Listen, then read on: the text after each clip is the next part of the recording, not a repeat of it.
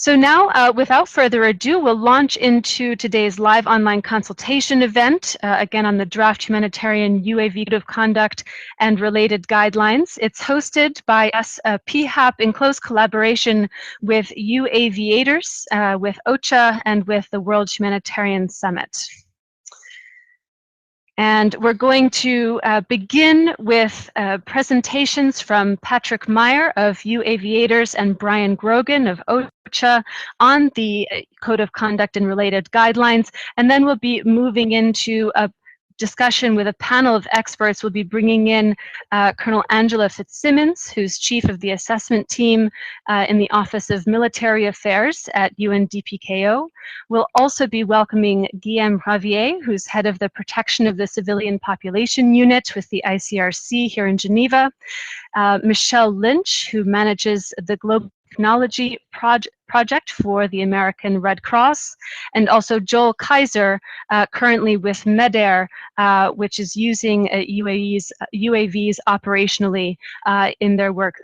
All of whom have been involved in various ways in the development of these documents, and we're very pleased to have all of them with us today for the Q&A and discussion. So now moving over to Patrick. Patrick, I'd like to give you the floor for a few minutes to give us an intro to UAViators and some background on the guidelines process, how they came about and what they're designed to achieve. Over to you, Patrick. Thank you so much. Thanks, everyone. Big thanks to PHAP for hosting us, and big thanks as well, of course, to and the World Humanitarian Summit for co-organizing this with us, particularly Johanna and Karian. Thank you very much for making it happen. So as was just mentioned, I'll give a quick, brief intro and start by simply saying that that UAVs are robots. They're aerial robots, and UAVs represent really the first wave of robotics that is starting to enter our space. And at this point, this is still very much an emerging technology. And so necessarily, this is not a criticism, but just necessarily, by definition, the evidence base for the added value of this new emerging technology is still relatively thin. The idea here with the Humanitarian UAV Network is not just to stand by and wait to see as this technology matures and just be passive, but rather to be active and directly involved now as this evidence base is being seeded, as new organizations are piloting and experimenting with this technology. We want to ensure as much as possible that these technologies are used in a safe and a coordinated and effective use, effectively. So this is core to our mission, and both in humanitarian as well as development settings. Now, how do we look to do that? Well, through a number of different ways. We are basically focused on championing guidelines. I don't know why the slides are moving by themselves, but I'll try and put them back. Championing guidelines, which obviously is the core focus of this webinar, but we're also looking to, I'm not sure why they're always changing, but there we go. We're also involved in the hands-on training, in experts meetings, and applied research, and so on. So now, with respect to the training, we've given hands-on trainings to humanitarian and development organizations. I'm really sorry, I don't know why the slides keep moving, not pressing on anything. So I'm on the training slide, if at all possible. The training that we did in Europe with a number of professional humanitarian organizations to basically provide them with the skills, the understanding, the standard operating procedures to use this technology in a way that's effective, safe, coordinated, and so on. We also get involved in experts meetings, which is the next slide. And we've had a number of these already. I'll go into a bit more detail, but the purpose of these experts meetings is to disseminate learnings, best practices, to catalyze information sharing between these various different experts on the humanitarian development side and UAV side, and ideally to catalyze collaboration and to address collectively some of the challenges. So here we've just had the UN meetings in Rockefeller and MIT. Next slide. We're also very much committed to capacity building. So we are working with local partners in Nepal to set up a UAV innovation lab in order to build local capacity for this kind of work. Moving on, just finally to the research side, we are collaborating with a number of different partners, such as FSD, who I believe are on the call here, Carte ONG on documenting best practices through case studies. We've been experimenting with developing 3D models of refugee camps through aerial imagery. And we've also developed a 15-page best practices document that's already available on the website. Now, turning to the guidelines, which are the core focus of our discussions today. I've been asked to give a bit of a history on that.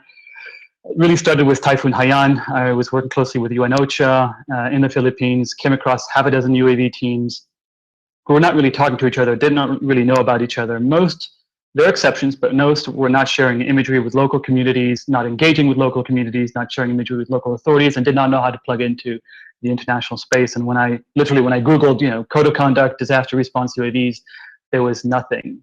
So this was a big sort of motivation behind launching the Humanitarian UAV Network. And we started drafting the code of conduct in early 2014 and have since gone through a number of important revisions. So I mentioned the experts meeting. We had our first at the UN co-organized with OCHA in November last year, where it was agreed by all participating organizations, humanitarian organizations, that the code of conduct was definitely a priority, that it needed to be revised, and that it needed to be complemented with additional guidelines.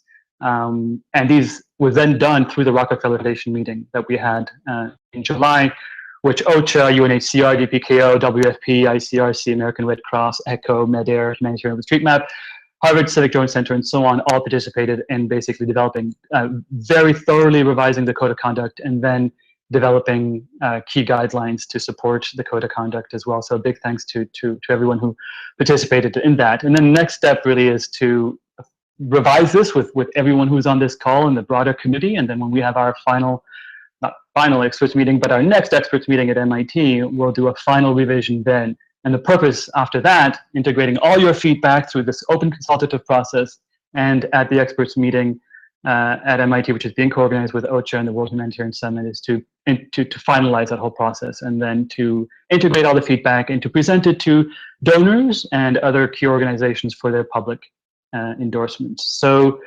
that's basically the background. The next slide will show really what we're talking about here. If you click again, hopefully you'll see the 5 documents. We've got the code of conduct that I mentioned, and then 4 supporting guidelines on community engagement, principled partnerships, conflict zones, and data ethics. These were identified as key priorities during our first experts meeting at UNOCHA, and then we used the Rockefeller Foundation meeting to start drafting this guidance. And so now we're here to listen to you and to get your input in making sure that we've done the best possible job with these guidelines. So I'll end with that and hand it over to my colleague Brian from OCHA. Great, thanks a lot, Patrick. And now, as you say, giving the floor to Brian to speak a bit from his perspective, coming from OCHA, about why these guidelines are important and why it's important for humanitarians to engage with them now. Over to you, Brian. Thank you very much, and thanks to the organizers, and in particular to Patrick for his initiative and persistence on this issue. Patrick, as many of you will know, has been engaged from the beginning and is still kind of a driving force around the issue. My job this morning is to try to persuade you why engaging in the guidelines that we have in front of us is very important for the humanitarian community. Guidelines aren't always the most exciting topic, but in a field that is new and wide open, such as the use of UAVs, there are a lot of potential and a lot of pitfalls. The development of guidelines will help us and the people who come after us in humanitarian relief to have a better idea of where to start and how to conduct themselves as they go along. Just as a bit of background, I am the chief of the innovation section here at OCHA's policy branch, where we look at issues like these. We are particularly interested in the use of UAVs for the more effective delivery of aid. Of course, that sounds like a very obvious point, but it's very important to keep the focus on that is what we are here to do. We are here to help beneficiaries. We can get lost in a lot of sideways conversations and small details, but it always has to come back to the operational value. Many of you, I hope, will have seen our publication that we put out last year, Unmanned Aerial Vehicles and Humanitarian Response, and that was our attempt to identify the potential and challenges from UAVs. The potential, of course, includes the opportunities for collecting data, for monitoring situations, for carrying out communications in ways we never had available to us. Among the challenges are the data collection, the regulatory environment, transparency, of course, the issue of the image of UAVs in many situations, which leads me to perhaps the most complicated part, which is the use of UAVs for humanitarian purposes in conflict zones. It's an important area where right now we're still trying to deal with the complexity of how best to do that. And it will take a considerable amount of exploration before we're all comfortable with the use of UAVs in conflict situation. This field and the use of UAVs, of course, continues to develop with or without us. We saw the deployment of UAVs in Nepal earlier this year. We also saw it in Vanuatu. Previously, you had seen it in Hainan and Haiti. We only expect the use of UAVs to grow. To be frank, I think some of the results so far have been mixed. There have been some very good cases of assessments being done for base camps for some humanitarian organizations. Of course, the imagery captured by drones is unparalleled and a very exciting use and very valuable in the first few days. But there's been other issues that come. Again, sometimes we find ourselves at odds with the lack of regulatory environments when we deploy the drones. Other times, information has been collected, but we haven't done it in a way that enables us to really make the best of that information for our efforts to help the people we're there to serve. So we're trying, again, to keep drilling down on these questions and move forward. But now to come to the point I'm trying to make here this morning, which is the importance of engaging. Given what I've just laid out for you, there's three main reasons I would argue that we all have to really remain engaged in developing guidelines for the use of UAVs in humanitarian situations. One, a practical point where building the partnerships between UAV operators and humanitarian actors in advance helps us to know what exactly we're going to do rather than trying to work that out in the always chaotic environments in which we operate. The second, of course, is another very fundamental point, is that UAVs have to be used safely. They can't run counter to the intent. They can't do more harm than good. The last, again, I come back to a point that I mentioned at the beginning, is we have to keep their use focused on delivering better results for the people who are there. It seems an overly obvious point at some times, but again, the focus always has to come back to that, and I think that should be our North Star. Ultimately, UAVs will only reach their full potential if we have these guidelines around them. OCHA is very supportive of the approach to develop the guidelines and will remain engaged. But in closing, I would say we need your engagement from the wide range of actors out there for three reasons. We need everyone's expertise.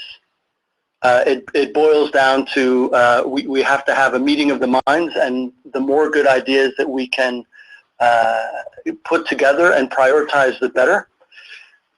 A broad approach might be slightly complicated in putting together.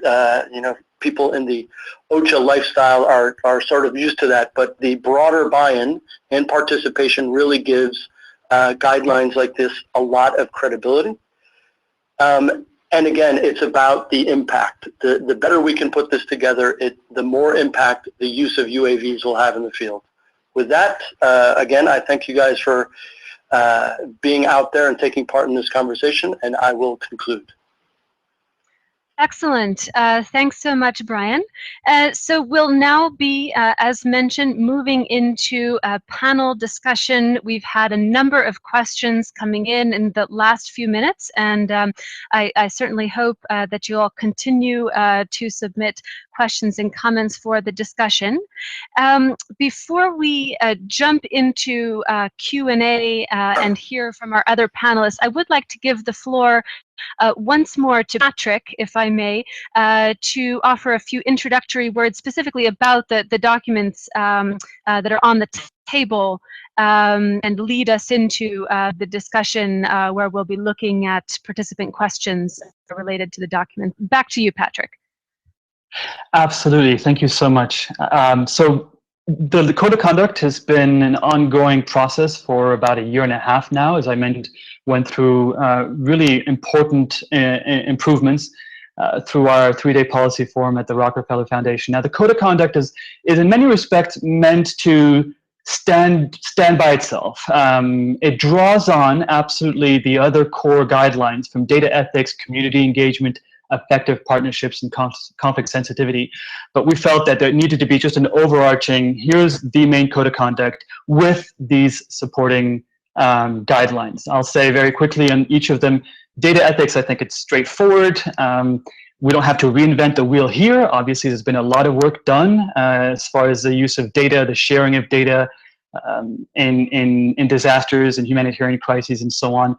And so the point here is to draw on all the expertise, all of the hard work that's been done in this space, and to apply it in a very deliberate way to the UAV space. Community engagement is incredibly key. A lot of some of the challenges and mistakes, perhaps, that we've seen over the past 2 years has really come out of a complete lack of community engagement. And so you'll find there are guidelines for that. Effective partnerships are really key. A number of organizations on the humanitarian development side may not deploy UAVs themselves internally. They will engage with other operators and vice versa. Operators out there are going to look to collaborate with humanitarian organizations. How do we ensure that these partnerships are as effective as possible and that there's accountability and so on? And then finally, on conflict sensitivity, I should just note to begin with, our developing guidelines for conflict sensitivity does not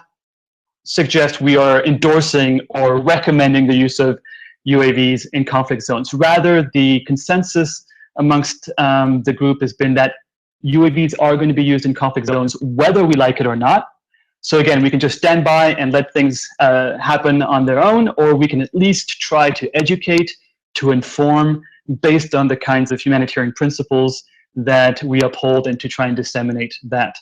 Now, ultimately, our key goal here is for all these documents to speak to each other, and for both humanitarian organizations, development organizations, and UAV operators, members of the public, DIY, and so on, to really approach these guidelines in their entirety as a combined package. So that's basically it. I'll end by just saying we could have easily written 25, 35, 55 pages worth of guidelines. That is not the point of these documents. We can always develop a 100-page supporting document. It's really meant to be operational. It's really meant to be directly practical.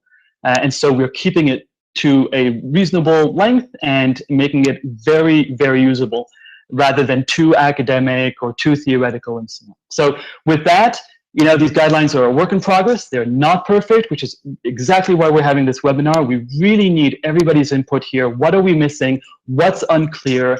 And how should these be changed in order to really enable the safe and coordinated and effective use of these new technologies? Thank you very much. Excellent, and thanks again, Patrick, and thanks to Brian. And now I'll welcome again our remaining panelists who are joining us now for the session. So we're pleased again to have with us Col Angela Fitzsimmons, Chief of the Assessment Team in the Office of Military Affairs, DPKO. We also have with us Michele Lynch, who is the leading expert on these issues within the American Red Cross, and I know took part in the Rockefeller 3 Forum on these issues not too long ago. We also have with us today Guilhem Ravier, who is one of the foremost experts on data protection in the ICRC, and I can see from the questions coming in that data protection is indeed of significant concern to many of you. Guilhem has contributed extensive comments on the docs as they've been in development. And last but not least, Joel Kaiser, as I mentioned, is Medair, which is currently, as I understand, using UAVs operationally, and so is able to speak from that very practical perspective. So now launching into questions, and I'll warn my panelists that we have very few softball questions coming in today, so we'll have to work for the rest of our hour. For the first question, I'd like to pick up one that's come in from Daniel, who's based in the Democratic Republic of Congo right now. Daniel is pointing to a 2014 OCHA policy paper regarding UAVs humanitarian response, in which he says it was suggested that the humanitarian sector should focus on using UAVs in natural disasters, but really avoid use in conflict settings because the use of UAVs in conflict settings is still too complex and difficult to separate from military uses. And Daniel is asking now, in the current context of looking at the code of conduct and the associated guidelines, how has this perception changed with humanitarians over the last 2 years, and how could guidelines contribute to seeing it more as an opportunity rather than a threat to humanitarian principles? So I'll begin with Colonel Fitzsimmons, and then I'll move to Michele, then to Guilhem, and then to Joel for this first question to start us off, and then we'll bring in additional questions. So over to you, Angela. Thank you very much, and thank you for organising the webinar. Not speaking as a humanitarian, but I just want to sort of endorse one of Patrick's comments that UAVs are starting to be used more and more in DPKO missions, with MONUSCO being the first, and there's plans to deploy UAVs also in MINUSCA and MINUSMA. And I'd like to refer to point number 12 on the paper dealing with the conflict sensitivity, and it just points out that domestic and international militaries operating in conflict zones may be willing to share some of the UAV data and capabilities with humanitarians. So I offer that up. That is something, I don't think policy has changed, but I think the willingness to share information is certainly has always been there. And in the MONUSCO guidelines for the use of UAV, they don't make it for exclusively military use, but it is actually available to all parts of the mission, and that includes humanitarians.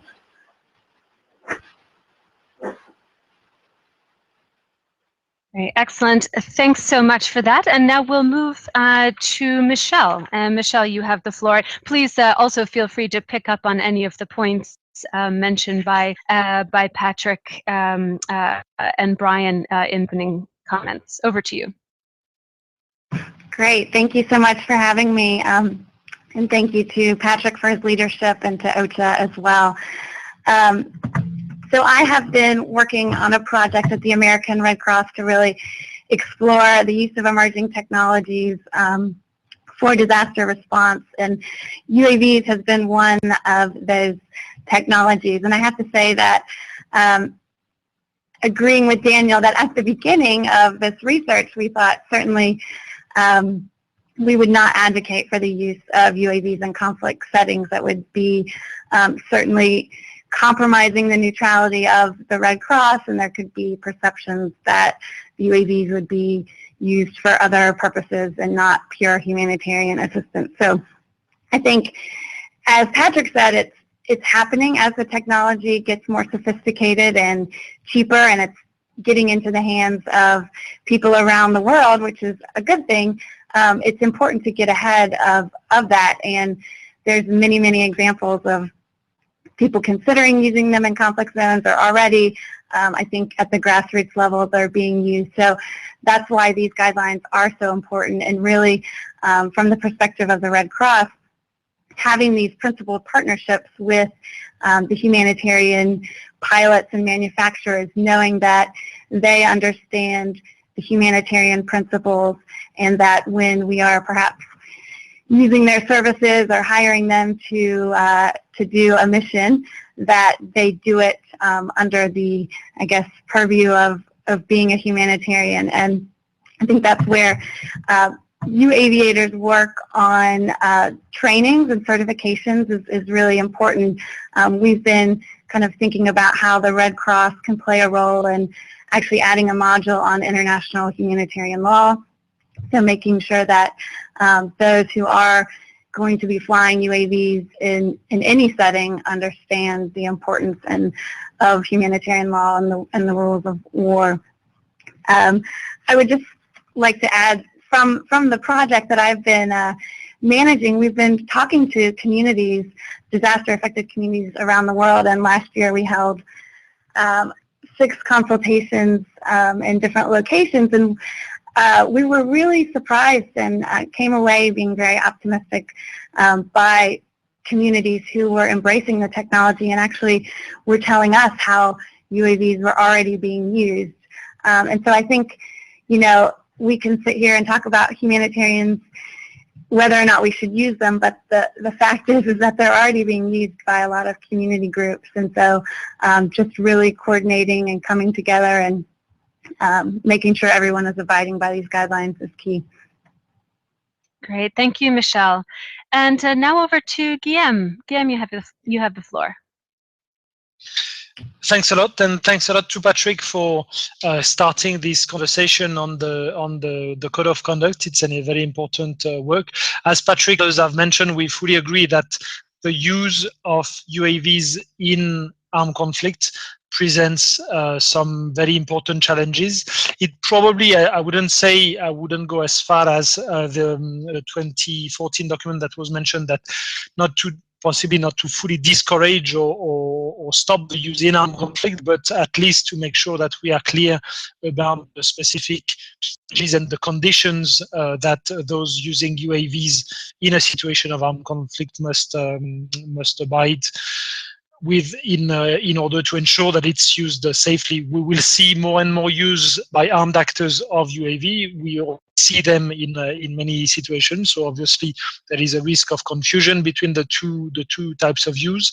Populations in some areas have reported some high levels of stress due to the presence of armed UAVs in the areas. So we don't want to be adding to this situation and contributing to the stress and the fear of the population. So it will be very important to ensure that if they are used, there may be some possibilities to use UAVs in armed conflict, but while ensuring that it's put on.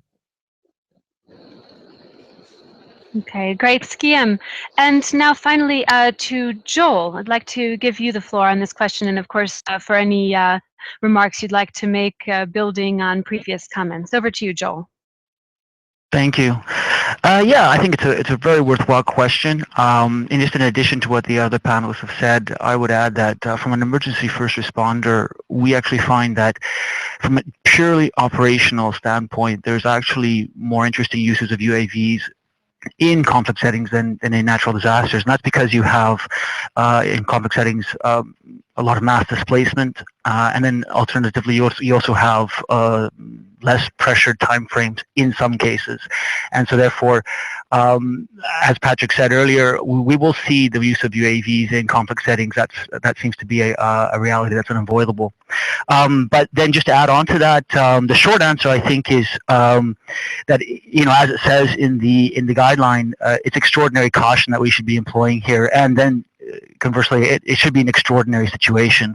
And so we need to separate out perhaps the direct delivery of humanitarian assistance from perhaps, you know, conflict prevention and these other tasks that happen in a humanitarian setting, in a conflict setting. And so therefore, you know, making sure there's a clear need, and that goes back to the code of conflict. But then also, my last point is just going to the guidelines. If you look at number 8, it's a very particular particularly important guideline because it's basically talking about the perceptions, the public perception of UAVs in that country. And, you know, you can find a diverse, we have found a diverse range of perceptions from everywhere, sub-Saharan Africa to the Middle East to Asia regarding UAVs. And so I think very much understanding the context that you're operating in is the most important thing when we talk about conflict. That's great. Thanks so much for that. Joel, I'd like to bring in a couple of other participant inputs now, but building on the same question. Then I'll go to Brian and then Patrick. So this is all building on the theme of the use of UAVs in conflict settings. So I'll bring in the point of let's see, Robert, who's based in the U.S. So he's wondering how it would be possible, or what considerations should be brought into account in conflict settings as opposed to non-conflict settings with the use of UAVs. So a more practical question. And Nir, who's based in Nepal, is asking something similar. And then a real question from Sudhanshu, who's currently here in Geneva, is asking, again, a more practical question about the use of UAVs in conflict zones. Would that not make NGOs more vulnerable in the sense that they would be suspected of spying? So a number of different concerns about the use of UAVs in conflicts, building on the original question. So now moving to Brian, and then following Brian, we'll go to Patrick. Over to you.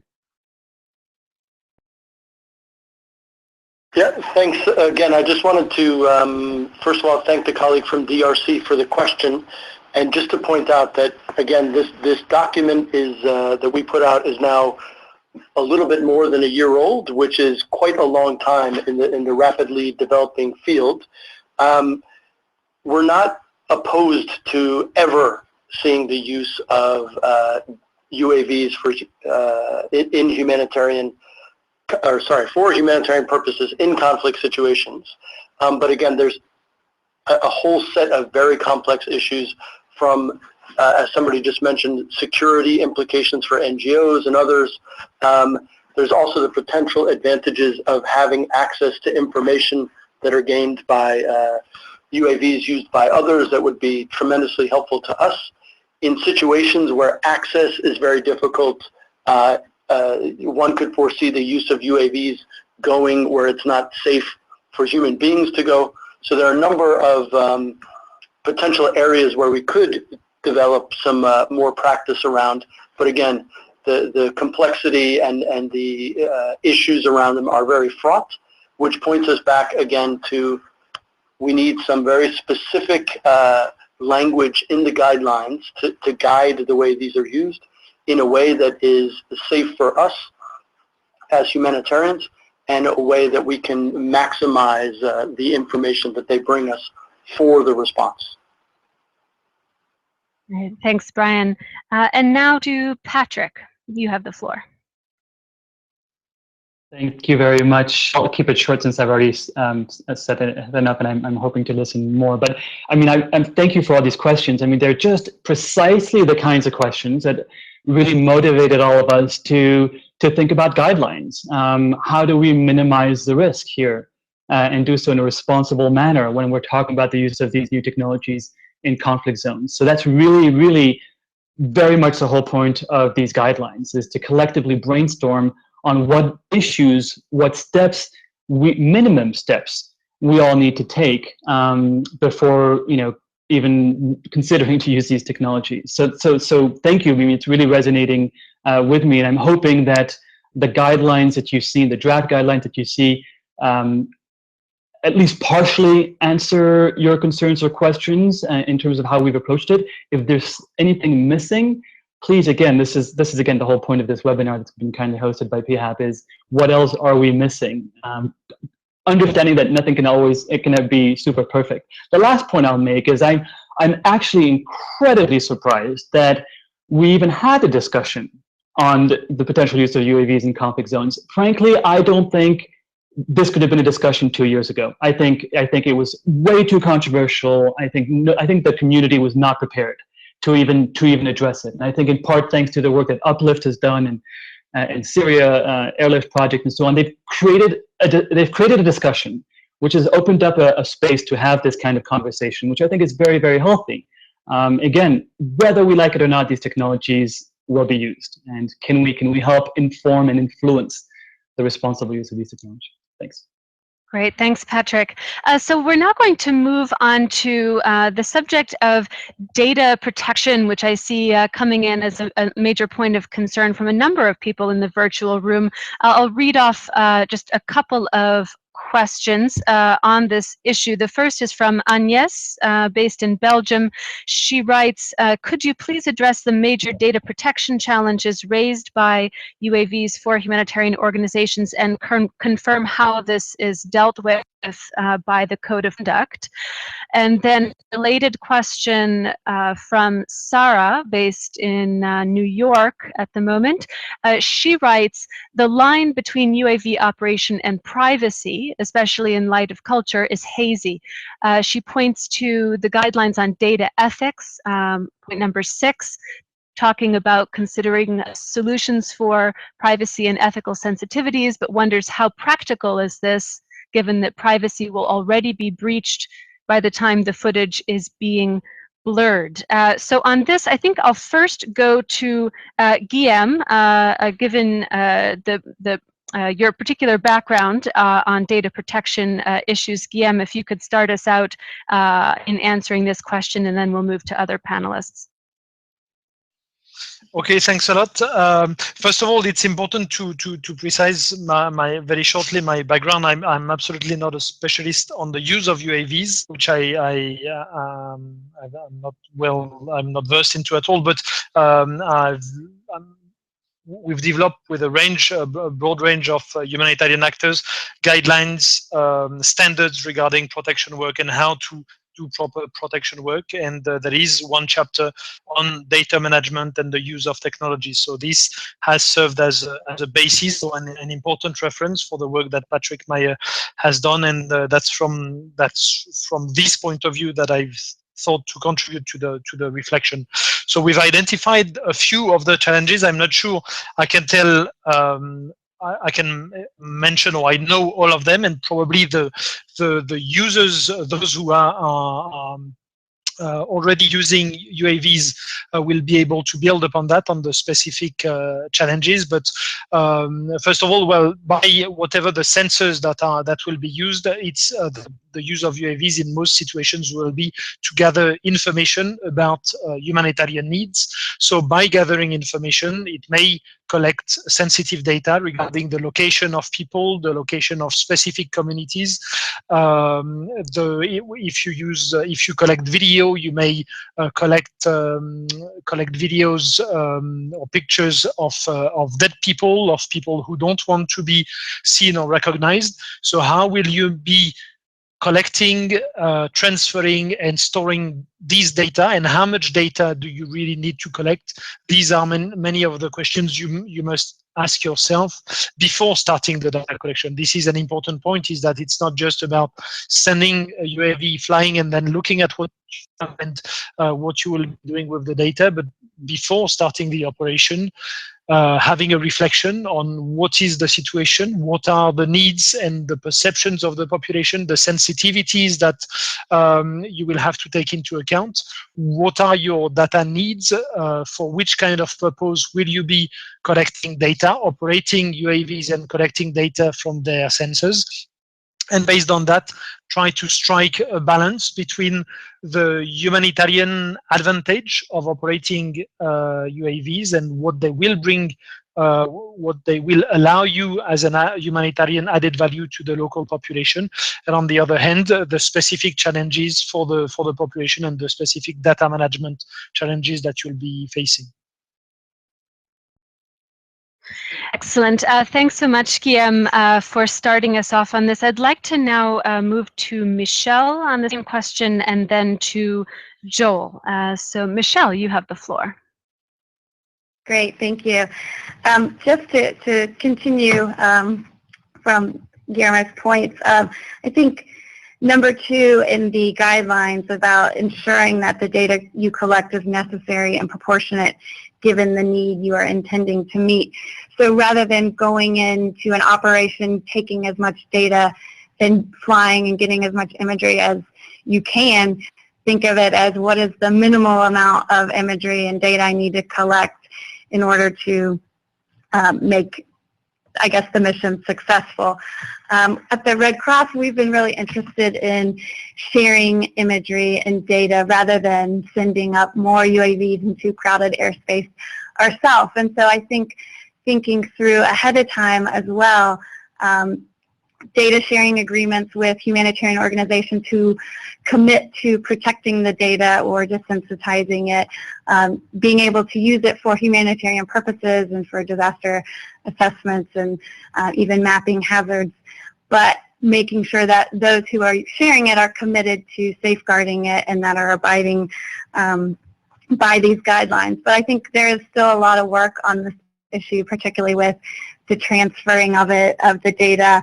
How long can organizations store the data? What if governments ask for data? Do we have to turn it over?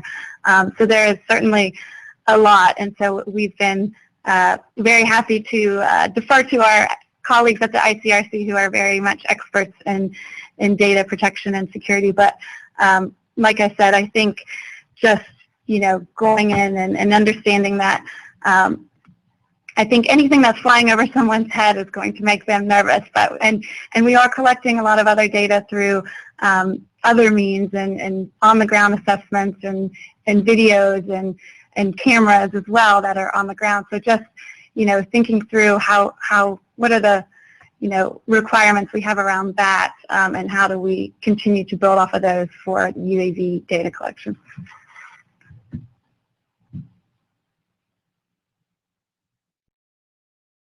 Excellent. Thanks so much, Michele. And now moving over to Joel. Joel, you have the floor. Thank you. I would say the two colleagues there said as much as can be said at this point. There is no magic bullet. There's no perfect to-do list to solve this concern. At this point, I hope that in the future we have technologies that come online in terms of data protection and to help us. But the fact of the matter is that once you've taken those imagery or once you've collected that data, it now exists in a digital form, and it can be spread, it can be shared, it can be manipulated. And so, as Michele said very clearly, tying the assessment aim, the aim of the assessment, what information you're going to collect directly to the provision of assistance is extremely important. And it's why going back to the overall thrust of all the documents around partnerships is important, because we don't want to see UAV pilots or UAV operators out there collecting imagery separate from the delivery of assistance based on that imagery. And so making sure those partnerships are in place before the emergency occurs is extremely important. Yeah, and that's what I think all we can say at this point. All right, thanks for that. So we're now going to move to another question, but I'll just mention as I go around the panel, do feel free, if I haven't come specifically on a question, of course, feel free to bring that up again and address it. But in the interest of we're going to move on to a new subject. We have a question coming in from Cristiano.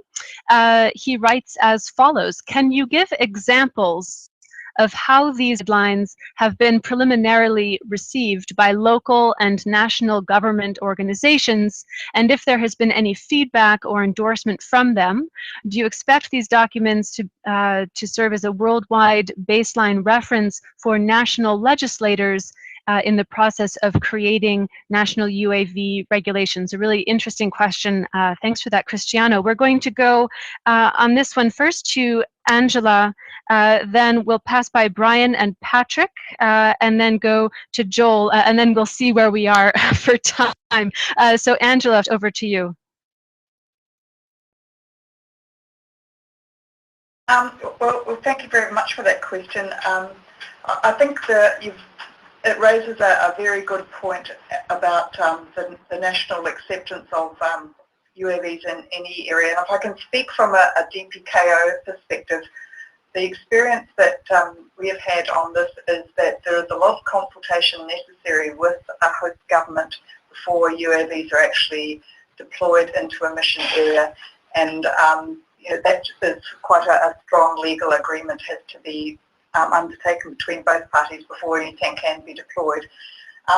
That's probably the only comment I would have on that. I really don't have the background to answer the rest of the question, but that's my contribution. Great, thank you, Angela. And moving to Brian. Brian, I'd like to give you the floor on this. Sure. I mean, just to reinforce what Angela just said, it's vital, and we had actually some issues in Nepal with the regulatory framework and an NGO that was using UAVs in a way that was unclear to the government how that was going to be, how they were going to be used, what was the purpose, when it was going to be done, etc. That cost us a lot of time in working that through. It's best if these things are done in advance. To be frank, we haven't fully engaged a lot of governments and especially local governments yet in this process, at least from our side. But it is absolutely something that we have to do, and hopefully well in advance of deployment. It's something that we would do as through our regional offices when we talk to countries about potential responses, and we try to plan how they would be used well ahead of anything happening. All right, thank you. Thanks, Brian. And moving over to Patrick, and again, Patrick, feel free also to chime in on the previous question as well, if you'd like. Over to you. Thanks very much, and thanks, Cristiano. Really, really great question. You know, in short, we need to walk before we can run. It was very clearly agreed in the New York meeting at OCHA that the governments would not be writing these guidelines. That the CAAs and the FAAs of the world, the ministries of aviation around the world, would not be the ones writing these guidelines, and that they wouldn't be have the information to even do this well. So we decided that the first step here is to start developing guidelines within the humanitarian development space that we can all converge on, and hold ourselves using them to hold ourselves accountable. And I think if we can show CAAs, I mean, I'm in weekly contact with the CAA in Nepal. If we can show CAAs, we can show local governments that we've got our act together as a community, that we have thought deeply about these issues, about how to enable and guide the safe, coordinated, and effective use of these technologies in a wide range of humanitarian development settings. We're going to get a lot more credibility, I think a lot more buy-in, and a lot more opportunity to collaborate and get permission to deploy UAVs. I think it shows initiative, and it's definitely been incredibly well welcomed by the CAs that I've been in touch with. So I think, yes, Cristiano, I would love to get to that point where, and it's not just a one-way street, where we have an open, collaborative, consultative process with some of the governments, local governments, and so on, institutions in countries that are particularly prone to disasters, and get their input on this, because they haven't been involved just yet. I mean, this is a process of walking before we can run. But who knows, if it could get to that level, I think it could very well be a very positive thing. Great, thanks, Patrick. And now moving to Joel, you have the floor. Yeah, thank you. Yeah, I think Patrick hit the nail on the head there. I think that this is hopefully something that will be picked up by governments around the world, and that will allow us to operate. However, I would say in the absence of that, going toward the heart of the code of conduct number 5, saying that that we have to operate with relevant permissions, and in many contexts that there will not be this clear way to get those permissions, and therefore, but still doing due diligence to make sure that we've got permissions, and it's not easy for sure. But just to add on to that, once we have the permissions, it's still not a green light to fly. I think what's perhaps even more important is engaging with the local communities, so that you may get permission in the capital city, but that has never been communicated to the rural areas where you'll be operating. And so then taking the next step to engage local communities is extremely important as well, and that may be overlooked by whatever legislation or whatever bureaucratic process is put into place regardless. Excellent. Thanks for that, Joel. We're going to, so we are running a little bit tight on time, but we have several really good questions that I'd like to try to get to, so we'll try to keep moving here. One coming in from Kyle. This is more of a practical question, but I think also sort of brings up the interesting perspective of what's in for the future in terms of use of UAVs. Kyle asks the following: can you speak to the different types of data currently being collected in these efforts? Is it just imagery? Is it something more? And then importantly, what types of data collection are anticipated for the near future or even the distant future? How do the panelists see the use of UAVs in terms of data collection? So on this, let's go first to Brian, then to Angela, and Patrick, if you'd like to come in, then we'll come to you. So Brian, over to you first. Sure. I mean, the data collection, again, poses us challenges in two main areas. One is how to make sure that what is gathered actually ends up being useful in the end. And the other is sort of on the ethical side of things, is what is the ethical use of the information there that is gathered. So that is something that we continue to work through, especially on the ethical use of data questions. But again, as we think of how to channel this in a forward direction, it would be best to work out as specifically as we can what sorts of data we're going to look for and what is the capacity to then process and use the data once they're collected. Okay, great, thank you. And now moving to Angela. Sure, thanks for the question. The majority of the data that's being collected at the moment from the DPKO side is imagery, including thermal imagery. And that, could I just also stress at this point, it's not done kind of randomly. There's a process, an authorizing process that before tasks happen that has to be approved by a board inside MONUSCO. Some of it is used also for like surveying areas. It can be also data that could be used for picking up information in remote areas about in support of the mandate primarily, and in particular with the protection of civilian thought in the back of people's mind. And it's always, if I could just emphasize this point, in support of the mandate. So the MONUSCO mandate is quite specific about certain armed groups, and a lot of the data is collected to support planning and operations in support of a mandate. Great, thank you, Angela. And moving to Patrick, if you'd like to come in on this one as well. Over to you. Sure, thanks for the great question. So basically, I mean, the long and short of it is, whatever sensors exist today are going to be the kinds of sensors you can put on a UAV. A number of the sensors are still a little heavy, but that is becoming very different. Almost every month, I'm coming across new sensors. But basically, photography, which we're all familiar with from satellite imagery, which could lead to, for better or worse, automatic face recognition. We've seen already the use of infrared and thermal imaging, LiDAR, which is another form of sensors. We've seen the use of sensors to detect cell phone signals. So especially for like search and rescue, when people are buried under the rubble, you can fly a sensor quietly over the rubble and see if anybody's cell phones are on, which could mean that there's a survivor, hopefully. Sensors have been used to inspect cell phone towers, if they're still operational, power lines. We've seen the use of sensors for air samples, pollution samples, water samples as well. So again, any sensor that already exists is becoming miniaturized and integrated within UAVs. So we're talking about, and it's a really important question, we're not only talking about aerial imaging in the satellite imagery kind of sense. I mean, and we are going to have to pay close attention to some of these other data footprints and what that means for data privacy and data ethics. Great, thank you.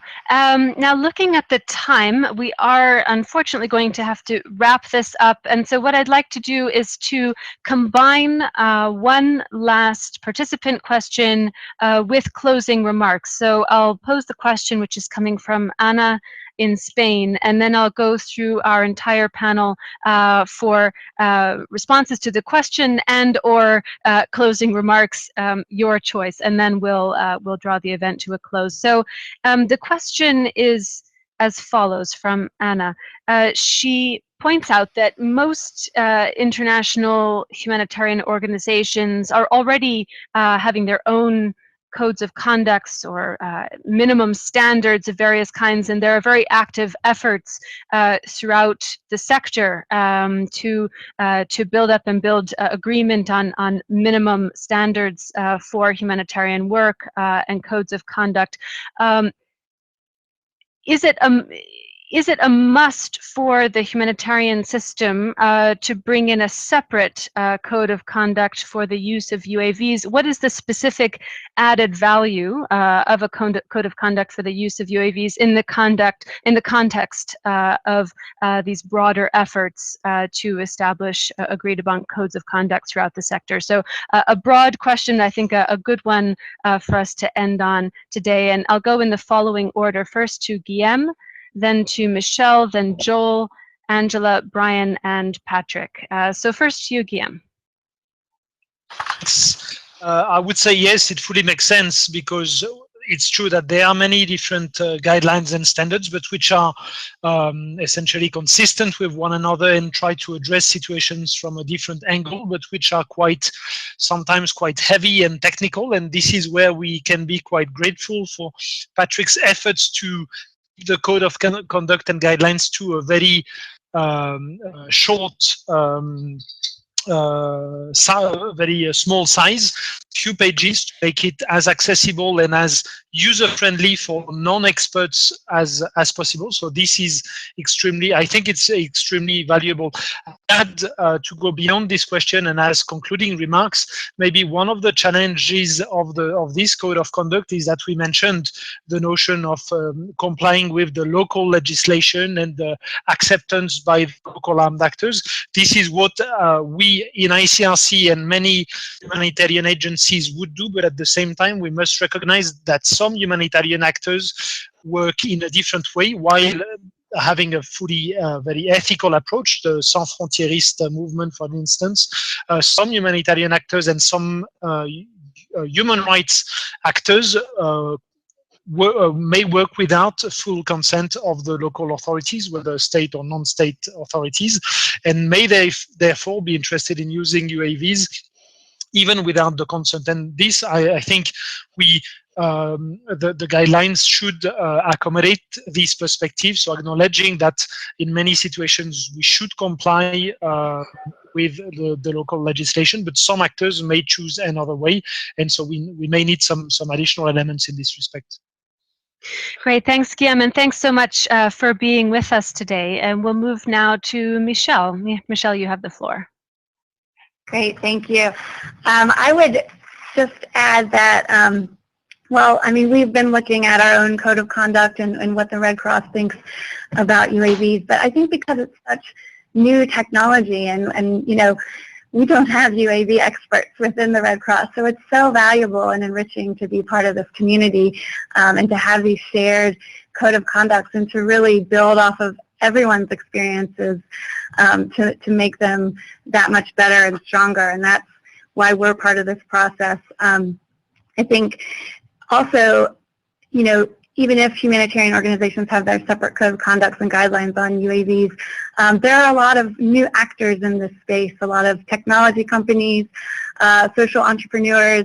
We're seeing so many non-traditional, I guess, humanitarian actors that want to be part of the process and the response efforts. And so just making sure that they also are aware of these guidelines and that they can benefit from them too. So I think really the more we have contributing to this process, the better. So I I wanted to add, we didn't talk much about community engagement, but I just wanted to reiterate from the American Red Cross perspective how important this is to the use of UAVs. For us, it's, you know, that's really the key starting point is working with the communities, making sure that they understand the technology and that, you know, they are consenting to its use, and that, you know, people going in are actually showing them how to use the technology and building off of existing efforts that the community may already be doing or using UAVs. I think that's really the key is building sustainability and understanding and capacity of these communities, and that's ultimately going to strengthen their resilience and make it easier for the next time there's a disaster in that area. So thanks for letting us be part of this conversation.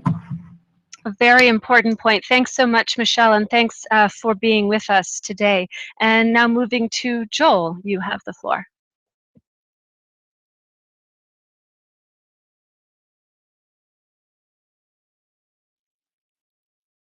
Hello, Joel. Yep, sorry, I had my mic on no, mute. there you are. Okay, over to you. Pardon me. Yeah, I was looking at the poll results here, and it's 100% people agreeing that the code of conduct for UAVs adds value, which is encouraging to see. I think just the fact that we're having this conversation and discussing and trying to unpack some of these concepts is really the most important and most valuable thing. As the democratization of this technology becomes more and more prevalent in developing countries, in disaster zones, etc., we'll need many more of these conversations, particularly because UAVs brings together two communities that perhaps in the past haven't worked together, where you've got pilots and civil aviation professionals mixing with in humanitarian space with humanitarian professionals. And when we look at the code of conduct, those three words really come out as important: the safe, coordinated, and effective use of UAVs. And that really draws from both of those communities. And so putting together these documents, I think, is a really important first step to bridging the gap between those two communities. And for all those other people who are going to show up in a disaster zone with their UAVs, the journalists, the amateurs, etc., and making sure that they are aware that this kind of discussion is already ongoing and these kind of principles have already been laid out. Great, thanks, Joel. Thanks also, of course, for being with us and for all of the insights that you've been able to share today. And now we'll move to Angela. Angela, you have the floor. Thank you very much. Probably reflecting what's already been said, but it's just this community adapting to new technology and coming up with a very practical and common approach to a range of issues which the technology forces us to deal with in terms of the transparency, the neutrality.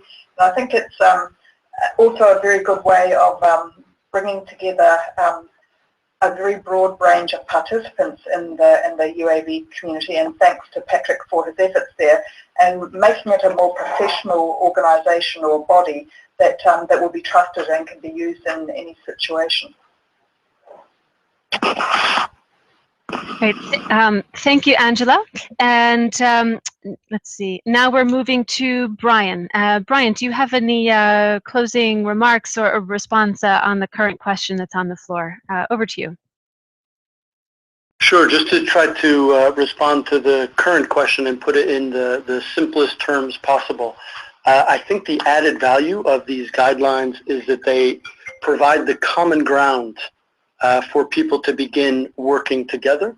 And that common ground extends and has to cover an increasingly wide range of actors, from some of the military, humanitarian, journalists, governments, etc. Some have already been mentioned, but they have to have that common ground in order to move forward towards the common objective.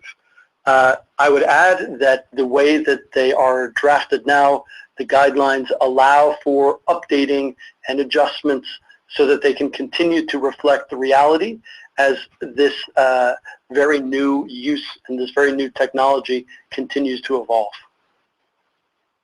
Thank you, Brian, and thanks for being with us and for the brief presentation that you were able to share at the beginning of the event. It was a very helpful way to start us off. And now, finally, I'd like to give the last word to Patrick and also to congratulate you together with everyone else on the really important work you've been doing on this issue and leading on this issue. So over to you, Patrick. Thank you. You're very kind. It's definitely not been a one-person show at all. It's been a very much a combined collective effort, and there are literally dozens and dozens and dozens and dozens of people who contributed in person, via email, to the drafting of these guidelines. So it's really a community effort, and that's really the way it should be. This is a major challenge that not one individual can solve on their own. So thank you all for engaging so much with all this over the past year and a half, and now doing the webinar. In closing, just with a question, it was an excellent question, and as Michele mentioned, operators, UAV companies, members of the public, since this technology is becoming democratized, are frankly not, as we've seen in Nepal very clearly, are not familiar with the most basic humanitarian principles, with the most basic data standards, with the most basic, what we might call self-evident community engagement guidelines. And they are not humanitarian professionals. And so what we've tried to do, and this was something we wrestled with during the Rockefeller Foundation forum, is we've tried to make the language of the code of conduct and the supporting guidelines as accessible as possible, because the audience for these guidelines is not exclusively by any means the humanitarian community. Because this technology is becoming democratized, there are these other non-traditional actors that Michele rightly referred to who are getting involved. And so how do we manage that? One way, try and educate through this code of conduct and provide them with some very clear do's and don'ts. So again, the audience is not just the humanitarians, but UAV experts as well. And this was actually a direct request from UAV operators who participated in the first experts meeting in New York at OCHA. In fact, they even complained politely, but they complained and they said, listen, UAViators, a humanitarian UAV network, you're providing guidelines, you're providing trainings for humanitarians on how to do this with this technology, but you're completely forgetting about us. So what are we supposed to do? We want to be informed. We want to do this professionally and responsibly and add value. We don't waste people's time. We don't want to cause harm. We want to be part of the solution. And so we're hoping that these guidelines are a first step to including these partners as part of the solution. So in closing, thank you all again very, very much. The co-organizers, our host, please do share your feedback via the Google form that's been shared in this chat, and spread the word, get the word out, share as widely as you can with your contacts. And thanks again to PHAP and our panelists for your expertise. Great. Thanks again, Patrick, and to all of our panelists for joining us today. Congratulations on the work that you've all been involved in, and thanks for your ability and giving this broader community the opportunity to discuss and to pose additional comments and questions. It's been a great discussion and I think a very rich exchange. It's been noted that there have been many documents, links shared in the chat, and I believe a request for those to be piled and sent out by email. There will be a follow-up email after the event, which will include links to resources. I'll also point out that we compile those together on the event page, so you'll have the recording of the events, also relevant resources available at the URL you see there in front of you. The recording should be up by the end of the day today or tomorrow. In any case, we'll email you when it's available. I'd also like to point out several upcoming events which are part of this series in support of the World Humanitarian Summit consultation process. And this series is focusing specifically on humanitarian principles. We have upcoming discussions on the principles of impartiality, neutrality, and independence coming up in the next few weeks. And each one of those begins with a 30-minute learning session by a guest expert and then transitions into a very active panel discussion and participant consultation. So we hope that you will consider joining us for those. On the theme of humanitarian principles, we have yet another event we're very excited about. The subject is the realities of being principled in today's field operations. This is in collaboration collaboration with NRC, the Norwegian Refugee Council, link to some very interesting field research that they're currently conducting regarding the realities or the practicalities of applying humanitarian principles on the ground. So again, hope that you'll consider joining us on the 8th of October for that interesting discussion with NRC.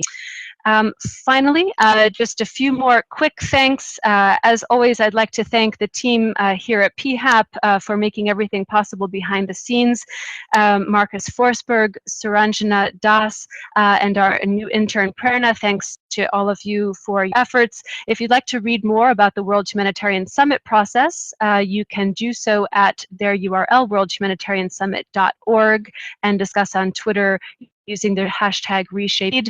And of course, to read more about us, your hosts, PHAP, you can find us at phap.org and follow online consultations on Twitter at PHAP Forum. So with that, until next time, this is Ann-Herald Lang, Executive Director of PHAP, signing off from Geneva and wishing you all an excellent rest of your day or evening.